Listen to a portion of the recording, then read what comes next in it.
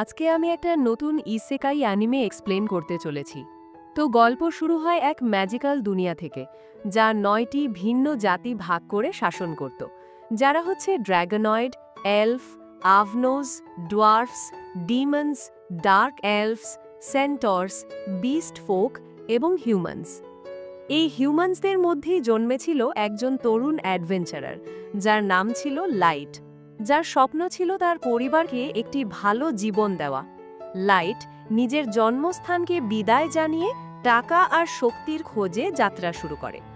যখন সে এক বড় শহরে পৌঁছয়, তখন ভিড় তাকে ধাক্কা দিতে থাকলেও সে থামে না। সে অ্যাডভেঞ্চারার্স গিল্ড খুঁজতে থাকে।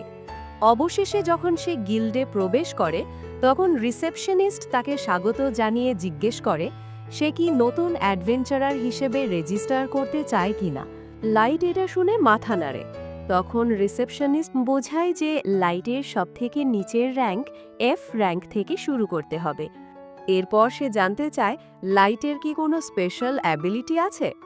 লাইট জানায় যে তার কাছে আনলিমিটেড গাচা অ্যাবিলিটি আছে, যার মাধ্যমে সে র্যান্ডম কার্ড আনতে পারে। ডেমনস্ট্রেশন হিসেবে লাইট একটি ভাঙা কাটা চামচ এনে দেখায়। এটা দেখে রিসেপশনিস্ট অবাক হয়ে যায়। এটা দেখে লাইট লজ্জা পেয়ে প্রমাণ করতে চায় যে সে শুধু সিলভারের চামচ আনতে পারে না। কিন্তু পরের রোলগুলোতে শুধু পচা আপেল আর বাসি রুটি বের হয়।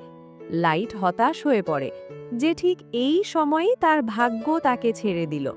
আর রিসেপশনিস্টও নিশ্চিত করে দেয় যে লাইটের র্যাঙ্ক সত্যিই এফ র্যাঙ্ক। অ্যাডভেঞ্চারার কার্ড পাওয়ার পর লাইট কোয়েস্ট সম্পর্কে জানতে চায়। রিসেপশনিস্ট তাকে জব বোর্ডের দিকে ইশারা করে, কিন্তু জব পোস্টগুলো দেখে লাইট অস্বস্তিতে পড়ে যায়। আর রিসেপশনিস্ট এটা দেখে বুঝে যায় যে লাইট পড়তে জানে না, তাই রিসেপশনিস্ট নিজেই জব পোস্টগুলো পড়ে শোনায়। লাইট বিরক্তিকর কাজগুলো খুশি মনে করতে রাজি হয়ে যায়। একদিনের কঠোর পরিশ্রমের পর অবশেষে লাইট এতটা উপার্জন করতে পারে যে একটি ঘর ভাড়া নিতে পারে। কিন্তু ঠিক তখনই বিস্ট ফোকদের একটি গ্যাং তাকে ধাক্কা মেরে ফেলে দেয় এবং তারা লাইটকে বুলি করতে শুরু করে। তাদের লিডার লাইটের টাকা নিয়ে নেয় এবং লাইটের দয়া ভিক্ষা চাওয়া শুনে জোরে হেসে ওঠে। তারপর লাইটকে একটি শক্তিশালী আপারকাট মারে। আর উলফম্যান লাইটকে অপমান করে তার গ্যাং নিয়ে হাসতে হাসতে চলে যায়। আর ভিড়ও লাইটের ওপর খেয়াল করে না। কিন্তু তখনই এক দয়ালু এলফ এসে তাকে উঠতে সাহায্য করে। চারপাশে অ্যাডভেঞ্চারারদের দেখে লাইট ভয় পেয়ে পিছিয়ে যেতে থাকে। এলফ তাকে আলতো করে জড়িয়ে ধরে শান্ত করে, যদিও পথচারীরা দাঁড়িয়ে লাইটের উপহাস করতে থাকে। লাইট অবাক হয় যে এত সুন্দর এলফ তার জন্য নোংরা হলো। এলফ লাইটকে দাঁড়াতে সাহায্য করে। এটা দেখে লাইটের তার উপর ভরসা হয়। এরপর সেই অ্যাডভেঞ্চারাররা নিজেদের পরিচয় দেয় কনকর্ডস ট্রাইবের দলের সদস্য হিসেবে। একজন বিস্টম্যান গেরু জানায় যে তাদের টিমে ৯টি জাতির প্রত্যেকটির প্রতিনিধি রয়েছে। তখন এলফ নিজের নাম বলে, আমার নাম সাশা, এবং বাকি সদস্যদের পরিচয় করিয়ে দেয় যে এই হলো ড্রাগো, ডিয়াবলো, ওবোরো, নানো, সায়ান এবং সান্টোর। এখন তাদের দলে শুধু হিউম্যান প্রতিনিধি ছিল না, আর লাইট বুঝতে পারে যে সেই হারিয়ে যাওয়া অংশটি সে নিজেই। তখন গেরু হাত বাড়িয়ে তাকে দলে যোগ দিতে আমন্ত্রণ জানায়। আর লাইট এটা দেখে একটু অবাক হয় যে প্রথমবার কেউ তাকে নিজের প্রয়োজন বলে মনে করেছে। অবশেষে সে খুশি মনে আমন্ত্রণ গ্রহণ করে। কিছুদিন পর লাইট তার নতুন টিমের সাথে অ্যাবিস নামের একটি গুহা বা ডানজেন এক্সপ্লোর করতে বের হয়। হঠাৎই একটি বিশালাকার ওয়ার্ম তাদের ওপর আক্রমণ করে, কিন্তু গেরু সেটিকে কেটে মেরে ফেলে। পিছন দিক থেকে আরেকটি ওয়ার্ম আক্রমণ করে, যেটি সাশা তার ধনুকের তীর দিয়ে হত্যা করে। সে লাইটকে অসতর্ক হওয়ার জন্য বকাঝকা করে এবং মনে করিয়ে দেয় যে এটি বিশ্বের সবচেয়ে বিপজ্জনক ডানজেন। সাশার কথা শুনে দলের অন্য সদস্যরা মজা করে বলে সাশা তো যেন লাইটের খালার মতো আচরণ করছে। লজ্জা পেয়ে সাশা অস্বীকার করে বলে তার লাইটের জন্য কোনো বিশেষ অনুভূতি নেই, সে তো শুধু একজন সঙ্গীকে রক্ষা করছে। তার এসব অজুহাত শুনে বাকিরা হেসে ওঠে। ড্রাগো লাইটকে উৎসাহ দিয়ে বলে যে অন্তত লাইট তাদের দলের জন্য দারুণ চা বানায়। মোটিভেশন পেয়ে দল ডানজানের আরও ভিতরে এগোতে থাকে। তারপর তারা একটি ডেড এন্ডে পৌঁছে ড্রাগো সবাইকে থামতে বলে। লাইট ভাবে হয়তো এখন বিরতির সময়, তাই সে চা বানাতে শুরু করে। কিন্তু ড্রাগো ঠান্ডা গলায় বলে যে তাদের এখন তার চায়ের আর দরকার নেই, কারণ তারা লাইটকে পার্টি থেকে বের করে দিচ্ছে। লাইট প্রথমে এটাকে মজা ভাবে, কিন্তু ড্রাগো কঠোরভাবে একই কথা আবার বলে। হতভম্ব লাইটের দিকে তাকিয়ে গেরুও বলে যে লাইট আর তাদের টিমের অংশ নয়। লাইট জিজ্ঞেস করে, কেন, আমি কি করেছি? গেরু উত্তর দেয় যে তাদের গ্রুপের তাকে আর প্রয়োজন নেই। সাশা লাইটকে বোকা বলে, লাইটের দিকে ঘৃণার দৃষ্টিতে তাকায়। সায়ান এবং ন্যানোও তার উপহাস করতে থাকে, এবং ডেমন সদস্যরা স্বস্তি প্রকাশ করে যে এখন তারা লাইট নামের বোঝা থেকে মুক্ত। এটা শুনে লাইট প্রশ্ন করে, এত দয়া দেখানোর পর তোমরা আমার সঙ্গে প্রতারণা করলে কেন? তখন গেরু সত্যিটা ফাঁস করে, সবটাই ছিল একটা অভিনয়, লাইটকে দলে আনার জন্য সাজানো নাটক।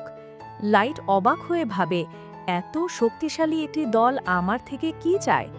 ড্রাগো ব্যাখ্যা করে, তারা ভেবেছিল লাইটের অ্যাবিলিটি তাকে ওভারপাওয়ার্ড বানাবে, কিন্তু তোমার অ্যাবিলিটি তো একেবারে ফালতু।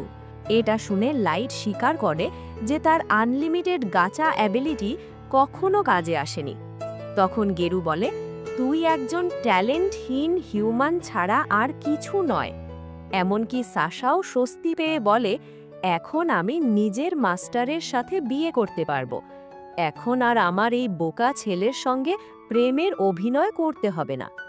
এই সত্যি জানতে পেরে লাইট ভেঙে পড়ে। ঠিক তখনই ড্রাগো সিদ্ধান্ত নেয় এখন সব শেষ করে ফেলা উচিত। সে গেরুকে লাইটকে মেরে ফেলতে বলে। তখনই লাইট প্রথমবার সত্যিকারের মৃত্যুর হুমকি অনুভব করে। দলের বাকি সদস্যদের শত্রুতা ভরা চোখ দেখে লাইট বুঝে যায় তারা এখন তাকে মেরে ফেলবে, যাতে ভবিষ্যতে সে শক্তিশালী হয়ে তাদের ওপর প্রতিশোধ না নিতে পারে। গেরু তার ধারালো পাঞ্জা বের করে লাইটের গালে আঘাত করে। রক্ত ঝরতে দেখে লাইট হতবাক হয়ে যায়, আর দলের সদস্যরা শুধু দাঁড়িয়ে দেখতেই থাকে। তখনই লাইট চিৎকার করে দৌড়ে পালিয়ে যায়। গেরু হাসতে হাসতে বলে, এখন ডানজানের মনস্টাররাই লাইটকে খেয়ে ফেলবে। আর ঠিক তখনই সাশা একটি তীর চালিয়ে লাইটের পায়ে মারে, যাতে লাইট পালাতে না পারে। ব্যথায় কাঁপতে কাঁপতে লাইট মাটিতে পড়ে যায়, আর গেরু তার অবস্থা দেখে মজা পায়। সে লাইটের পেটে লাথি মারে এবং তারপর নির্মমভাবে পিটানো শুরু করে। কিন্তু সাশা তখনই তাকে থামায়। সে মনে করিয়ে দেয় যে লাইটের মৃত্যুকে অ্যাক্সিডেন্টের মতো দেখাতে হবে। গেরু শেষ আঘাত করার জন্য তার পাঞ্জা তোলে। লাইট বাঁচার জন্য কোনো মতে প্রাণের জন্য লড়াই করতে চায়। তার যন্ত্রণা দেখে গেরু আনন্দ পায়। হঠাৎ লাইটের হাত একটি টেলিপোর্টেশন ট্র্যাপে পড়ে যায়। ড্রাগো চিৎকার করে বলে, গেরু, ট্র্যাপটি চালু হওয়ার আগে লাইটকে শেষ করে দে। কিন্তু ট্র্যাপ অ্যাক্টিভ হয়ে লাইলকে অ্যাবিসের সবচেয়ে গভীর অংশে নিরাপদে পাঠিয়ে দেয়। লাইট যখন সচেতন হয়, সে নিজেকে ডানজানের অন্য জায়গায় পায়। ব্যথায় লাইট ভাবতে থাকে, আমি কিছুক্ষণ বাঁচলেও কোনো মনস্টার আমাকে খেয়ে ফেলবে। ঠান্ডা গুহার পরিবেশ লাইটের তার প্রিয় পরিবারের কথা মনে করিয়ে দেয়, আর সে কেঁদে ওঠে। আর তার মনে পড়ে প্রথমবার দেখা কনকর্ড কত দয়ালু ছিল, কিন্তু এখন সেই একই মানুষগুলো এত নিষ্ঠুর কিভাবে হয়ে গেল। তাদের প্রতারণার কথা মনে করে লাইটের অনেক রাগ হয়।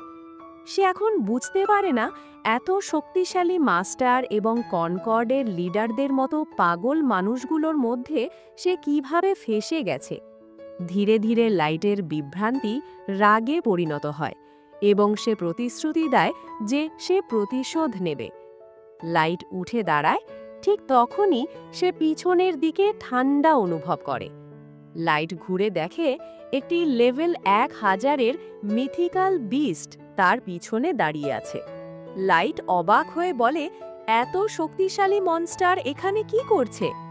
তখনই সে বুঝতে পারে ট্র্যাপ তাকে অ্যাবিসের সবচেয়ে গভীর অংশে নিয়ে এসেছে, আর মনস্টারটি তার দিকে এগোয়। লাইট পালানোর চেষ্টা করে। সে বারবার তার আনলিমিটেড গাচা অ্যাবিলিটি ব্যবহার করতে থাকে এবং কিছু চমৎকার ঘটার জন্য দোয়া করে। শেষমেশ লাইটের চেষ্টার পর একটি বিশাল ম্যাজিক সার্কেল তৈরি হয়। লাইট অবিশ্বাসের সঙ্গে দেখে গাচা ডিভাইস থেকে তীব্র অরা বের হয় এবং একটি প্রাচীন ফেরি বের হয়, যা তাকে মাস্টার হিসেবে স্বীকার করে। সেই রহস্যময় ফেরি মনস্টারকে কেটে ফেলে। তার কাটা শরীর মাটিতে পড়ে আর ফেরি ধীরে ধীরে নিচে নামে। লাইটের হতবাক মুখের সামনে সে হাত নাড়িয়ে সব ময়লা পরিষ্কার করে এবং লাইটের দিকে গিয়ে তার সামনে বসে আর তার ম্যাজিকের মাধ্যমে লাইটের সব জখম ঠিক করে দেয় এবং ক্ষমা চায় লাইটের হুকুম ছাড়া হিল করার জন্য, কারণ সে লাইটকে আহত দেখতে পারে না। লাইট তার নাম জানায় এবং অবিশ্বাসে পড়ে যায়, কারণ সে বিশ্বের সবচেয়ে ওভারপাওয়ার্ড ফেরি বের করেছে। ফেরি লাইটের নাম শুনে মুগ্ধ হয়ে বারবার তা বলে। তারপর ফেরি লাইটের সঙ্গে অনুগত থাকার শপথ নেয়। লাইট যখন তার নাম জানতে চায়, ফেরি জানায় তার নাম ৯৯৯৯ লেভেলের এভার সিকিং মেড মে। এখন মে ব্যাখ্যা করে যে সে লাইটের গাচা super ultra rare card. Light হতবাক হয়ে ভাবছিল গাচা থেকে শুধু বেকার আবর্জনা বের হয়।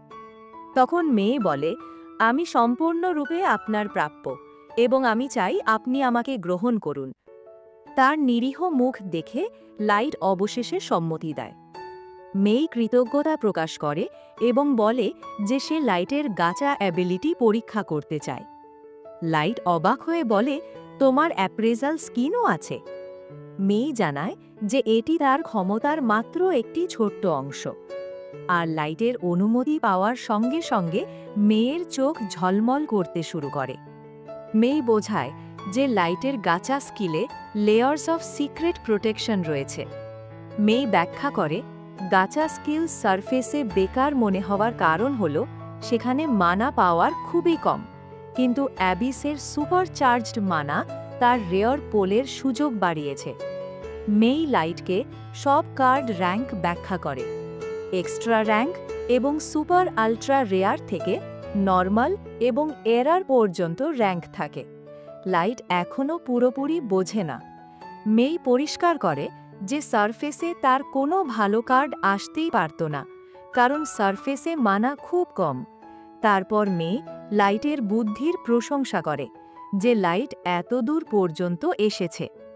লাইট তাকে জানায় সে একা এখানে আসেনি, সে তার দলের সঙ্গে এসেছে, কিন্তু তার দল তাকে প্রতারণা করেছে এবং নির্মমভাবে তাকে মারার চেষ্টা করেছে। সে কাঁদতে কাঁদতে তার কষ্ট বর্ণনা করে যে কিভাবে তাকে বেকার মানুষ বলে অপমানিত করা হয়েছে। তার উদ্দেশ্য ছিল কেবল সৎভাবে উপার্জন করা। মে তার কষ্ট শোনে এবং চুপচাপ তাকে জড়িয়ে ধরে। এর ফলে লাইট ধীরে ধীরে শান্ত হয়ে যায়।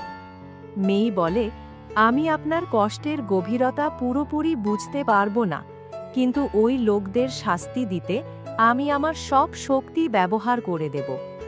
মে শপথ নেয় যে সে সব শত্রুকে তার সামনে নিয়ে দাঁড় করাবে।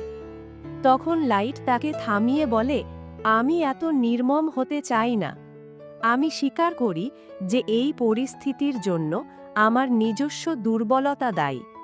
তাই আমি তোমার শক্তি ভুলভাবে ব্যবহার করব না। এখন লাইট প্রতিজ্ঞা করে যে সে নিজেই শক্তিশালী হবে এবং নিজের হাতেই ওই লোকদের শাস্তি দেবে। লাইট মনে করে মেই তার কথাগুলো বিশ্বাস করবে না, কিন্তু মে বিনা দ্বিধায় তার ইচ্ছাকে সমর্থন করে এবং মেই বলে, আমি আপনার ক্ষমতায় সম্পূর্ণ বিশ্বাস রাখি। এটা শুনে লাইট হাসে আর মেইও এটা দেখে হাসে। এরপর লাইট গাচা অ্যাবিলিটি ব্যবহার করে ইনফাইনাইট মানায় ভরা অ্যাবিসে জায়েন্ট ম্যাজিক সার্কেল তৈরি করে এবং তার আল্টিমেট টুল বের করতে থাকে। তারপর আমাদের ৩ বছর পরের দৃশ্য দেখানো হয়, যেখানে লাইট ডানজানের ভিতরে একটি ক্যাসেল তৈরি করে ফেলেছিল। এটা দেখে সবাই অবাক হয়ে যায় এবং খুশিও হয়, এবং সেখানে উপস্থিত মেয়েরা লাইটকে এত পছন্দ করত যে প্রতিদিনই তারা লাইটের প্রশংসা করত। কেউ কেউ এতটাই পাগল হয়ে গিয়েছিল যে তারা লাইটের পায়ের ঘ্রাণ পর্যন্ত অনুভব করার কথা ভাবত। লাইটের সেবক মেই এই সব দেখে বেশ বিরক্ত হয়ে উঠেছিল। তার এত চিল্লাচিল্লি মোটেও ভালো লাগছিল না, কিন্তু লাইট খুব শান্ত ছিল। সে জানত এটা শুধু তাদের ভালোবাসা, এর চেয়ে বেশি কিছু না। তারপর তারা ডানজান থেকে বেরিয়ে এলো। সবাই লাইটকে বারবার ধন্যবাদ জানানো শুরু করে, কারণ এখন লাইট দেশের প্রায় জাতীয় নায়ক হয়ে উঠেছে। শহরের অনেক কাজ এখন তার দায়িত্বে, আর গত ৩ বছরে জনসংখ্যা এত বেড়ে গেছে যে পুরো সিস্টেমটা নতুন করে সাজানোর দরকার ছিল। লাইট জানতে চাইল তার পুরনো সঙ্গীরা এখন কি করছে। তখন মেই জানালো সবাই নিজেদের মিশনে বেরিয়ে গেছে। আয়োকি এখন ওপরের অঞ্চলগুলো অনুসন্ধান করছে এবং মানচিত্র তৈরি করছে। যদিও আশেপাশের জঙ্গলে ভয়ঙ্কর মনস্টার ভরা, কিন্তু এক জিনিয়াস টেমারের জন্য এটা বড় কোনো ব্যাপার না। তখন লাইট জিজ্ঞেস করে, এলির কি খবর, সে কি এগোচ্ছে? মেই বলে, এলি ক্রমাগত কঠোর পরিশ্রম করছে, নতুন নতুন ম্যাজিক তৈরি করছে এবং নিজের বড় পরিকল্পনা পূরণের চেষ্টা করছে। তারপর লাইট মিজোনার কথা জানতে চায়। তখন মেই জানালো সে আগের মতোই ক্যাসেলের বাগানে পাহারা দিচ্ছে। সে হ্যান্ড টু হ্যান্ড কমব্যাটের বিশেষজ্ঞ, কিন্তু সহজেই মনোযোগ হারিয়ে ফেলে। এর পরের দৃশ্যে লাইটের ক্যাসেলের ভিতরের সিন দেখানো হয়, যেখানে দরজার সামনে জ্যাক দাঁড়িয়েছিল। মেই জ্যাককে দেখে একটু বিরক্ত হয়, কারণ জ্যাক যখনই লাইটের সঙ্গে কথা বলতো খুবই বাজে আচরণ করত। কিন্তু লাইট এতে কিছু মনে করত না, কারণ লাইট জ্যাককে নিজের বড় ভাইয়ের মতো ভাবত। তখন লাইট ঠিক করলো আজ একটু ট্রেনিং করবে, যাতে নিজের ঘুষিগুলো আরও শক্তিশালী করা যায়। ট্রেনিংয়ের সময়ে সে জ্যাকের পেটে সরাসরি ঘুষি মারে। তখন জ্যাক এটা দেখে মুগ্ধ হয়ে যায়, কিন্তু জ্যাক জানত এই আঘাতে তার কিছুই হবে না, কারণ তাকে আয়রন ব্লাড ব্যারিকেড বলা হতো। লাইটের এই ঘুষিতে অন্য কেউ হয়তো মারা যেত, কিন্তু জ্যাকের কিছুই হয় না। দুজনেই একে অপরের সঙ্গে লড়াই করতে লাগল। ওদিকে মিজুনা ক্যাসেলের করিডোর দিয়ে যাচ্ছিল। তখন সব মেয়ে তাকে দেখে সালাম জানালো এবং বিভিন্ন জায়গা পরিষ্কার করতে বলল। এক রুমের দরজায় কড়া নেড়ে সে দেখল ভিতরে মেয়েই ছিল। মিজুনা জিজ্ঞেস করল, তুমি মাস্টার লাইটের ঘরে কি করছো? মেয়ে উত্তর দেয়, আমি পাহারা দিচ্ছি। মিজুনা অবাক হয়ে বলে, যদি লাইট এখন জ্যাকের সঙ্গে ট্রেনিং করছে, তাহলে তুমি এখানে কেন?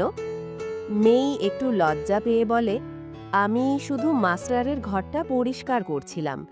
মেয়েদের নিয়ম অনুযায়ী আমি ফাঁকা বসে থাকতে পারি না, তাই ঘরটা গুছিয়ে নিচ্ছিলাম। মিজুনা কিছু না বলে ঘরে ঢুকে যায় এবং দেখতে পায় বিছানাটা এই মাত্র ব্যবহার করা হয়েছে। মেই বোঝায়, এটাই আমার পরিষ্কার করার পদ্ধতি। মিজুনা তার কাজ দেখে অবাক হয়ে জিজ্ঞেস করে, তুমি এটা কিভাবে করলে? মেই হেসে বলে, এটা আমার ট্রেড সিক্রেট, যা আমি কাউকে বলতে পারবো না। মিজুনা তার দক্ষতায় ইমপ্রেস হয়ে যায়। এটা দেখে মেই স্বস্তির নিঃশ্বাস ফেলল, কারণ মিজুনা কিছু টের পায়নি। আসলে মিজুনা সেখানে এসেছিল শুধু অন্য মেয়েদের চাওয়া কিছু জিনিস দিতে। সব মেয়েরা লাইটের ঘর পরিষ্কার করতে চেয়েছিল, আর এটা তোমার দায়িত্ব, কারণ তুমি হেডমেইড। মেই তাকে কিছু টাকা দেয় যাতে সে কিছু কিনতে পারে। মিজুনা টাকা পেয়ে হাসি মুখে বেরিয়ে গেল এবং পথে অনেক মিষ্টিও কেনে। এরপর হাঁটতে হাঁটতে তার দেখা আয়োকির সঙ্গে হয়। মিজুনা জিজ্ঞেস করে, তুমি কি জঙ্গলের অনুসন্ধানে যাওনি?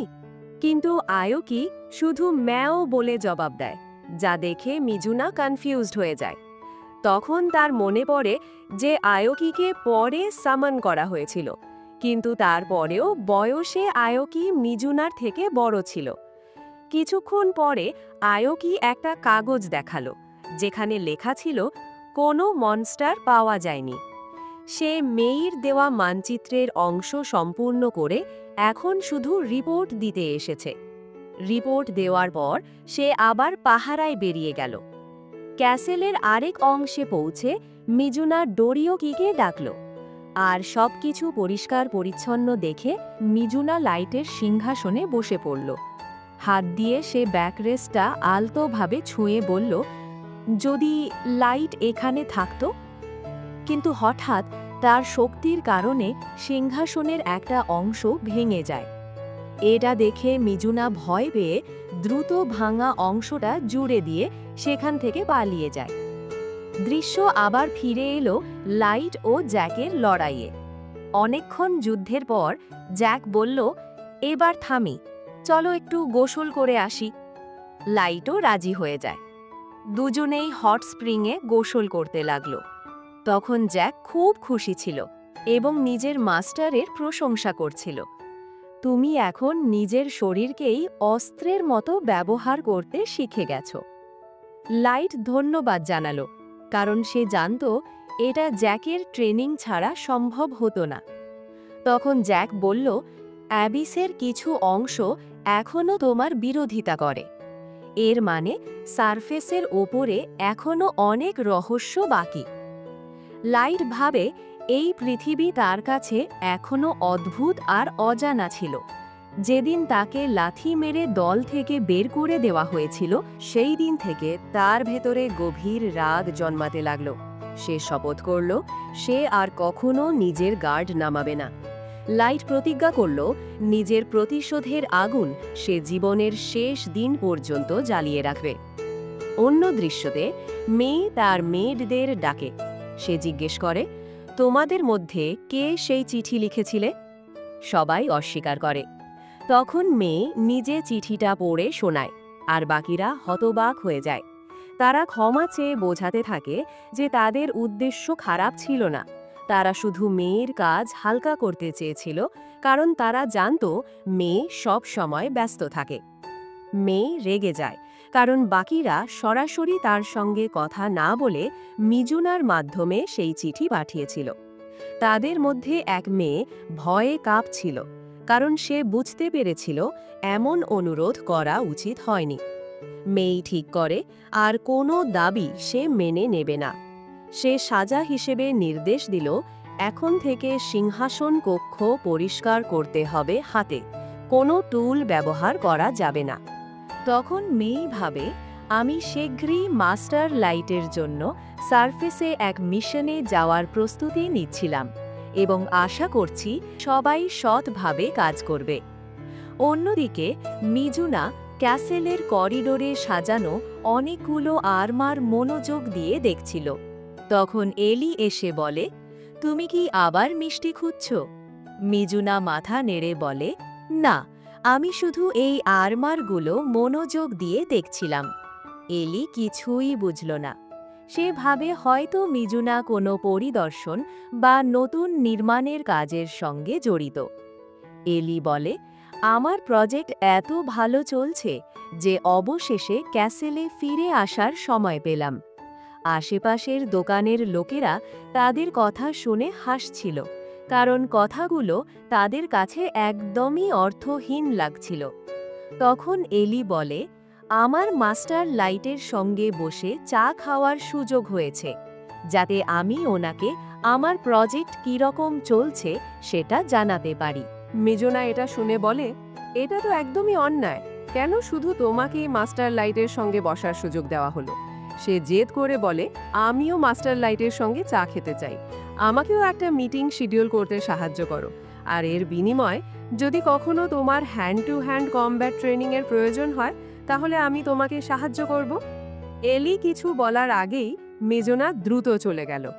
এলি তাকে যেতে দেখে মনে মনে ভাবে, মিজুনা একসঙ্গে এত শক্তিশালী এবং এতটা সরল কেমন করে হতে পারে? এরপর সে নিজের কাজে ফিরে যায়। তারপর আমাদের আবার মেইডদের দৃশ্য দেখানো হয়, যেখানে তাদের একজন বুঝতে পারছিল না যে তারা এমন কি ভুল করেছে যে মেই এত রেগে আছে। তাদের মনে হচ্ছিল মেইর ম্যানেজমেন্ট স্টাইল ভালো না। সবাই তার কথার সঙ্গে একমত ছিল, কিন্তু জানতো যে তারা কিছুই করতে পারবে না।